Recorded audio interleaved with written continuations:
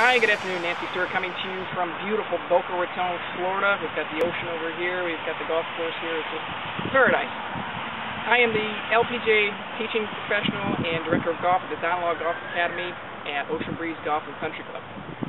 The question for you today is, if you could cure your slice or your hook, would that be of interest to you?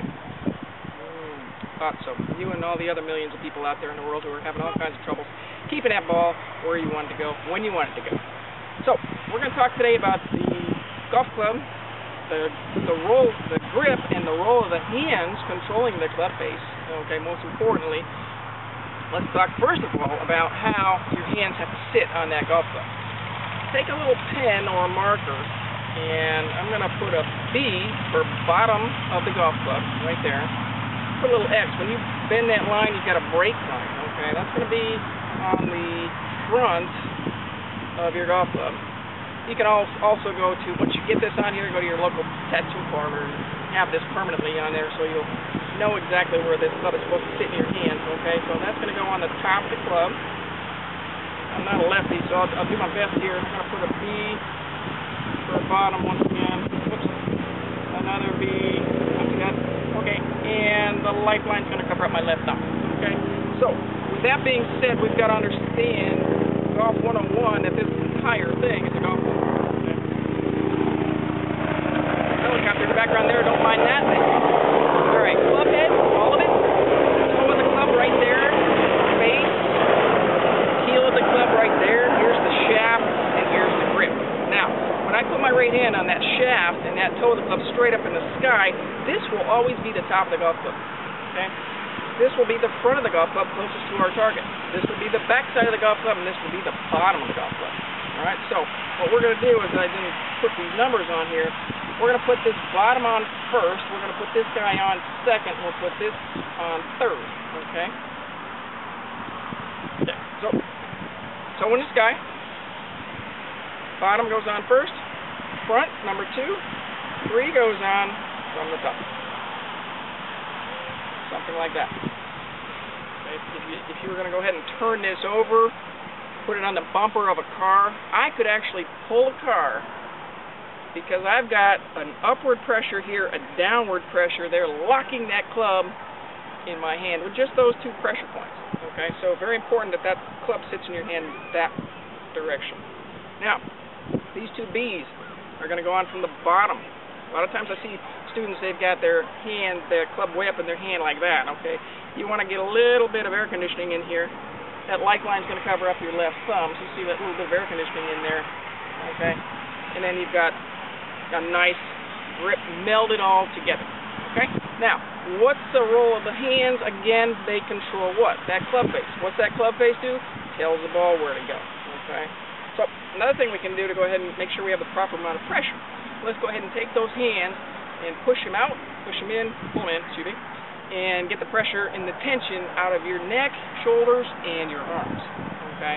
So, you can go ahead and draw like a little vertical figure 8, all right? You feel that, I guess the question I would ask you would be, do you feel the grip pressure, do you feel the shaft pressure, or do you feel the club head pressure?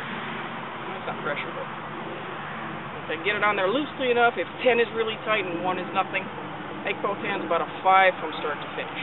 Okay, that's about club head. I feel it. You want to be able to paint a picture out there. You want to be able to draw that ball. You want to be able to fade that ball. You want to get away from pulling on that handle, getting rid of what we came here for today, which was that slice, or flipping it around our left shoulder, which is that hook. Okay. Now, so we talk about these little guys right here. If your hands, when your hands are on that club properly, you're going to have little hinges. They're actually called anatomical snuff boxes. Any idea why? You guessed it. Chewing tobacco, snuff. Alright. So, that allows us to hinge those hands properly, unhinge, and then rehinge. Which is doing what to our club face? Yeah, that's right. Creating rotation and curving direction. Okay?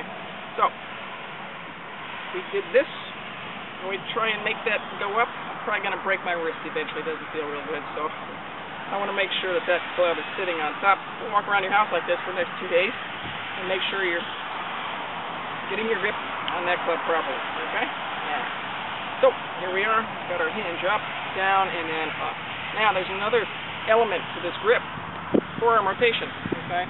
Rotators, out of here. Club moves from side to side. Club moves from up to down, okay? So there's a combination of rotation and hinge, unhinge. Face is wide open. We know that shot. We're trying to get rid of that shot, so now we add rotation. There's the rotation, gets that face back to square, makes that ball go where we need it to go. Okay, so here we are. So right shoulder, hit the ball, and left shoulder. Okay. So that's your drill that you can do in the house. Again, we'll repeat a little bit of bottom, front, top. There's your checkpoint. Make sure you have that checkpoint on there. Have somebody pull it out. You try and pull it out, you can't get it. If I have it riding up here on this little heel pad, but up here, I lose it. I lose control. Okay, so you want to have that guy sitting up on top. There we have it. So, what makes that ball go to the right again? If we got up here and we pulled on that handle with no rotation, ooh, lightning, not a good thing. Okay, have you ever taken a wet towel and tried to snap it? I have. Okay. We're getting close here, folks. But we have a little bit of snap going on here because of this. Okay? If I was to take this wet towel and try and hurt you and do that, it's not going to hurt because what am I doing? There's no snap out of the end of that towel. So take that idea and try and get that same rotation out of that club head. Okay, that hinge, rotation out of the forearm muscles. Next thing you know, you're going to have a nice little draw. We're going to get rid of that slice for you and that hook. Okay, if you go around that left shoulder, we're in trouble. If you do that, we're in trouble. Okay, so I hope that helps you today. Take that to your practice tee with you tomorrow. Take it to the golf course, and you make it a great day. Thank you.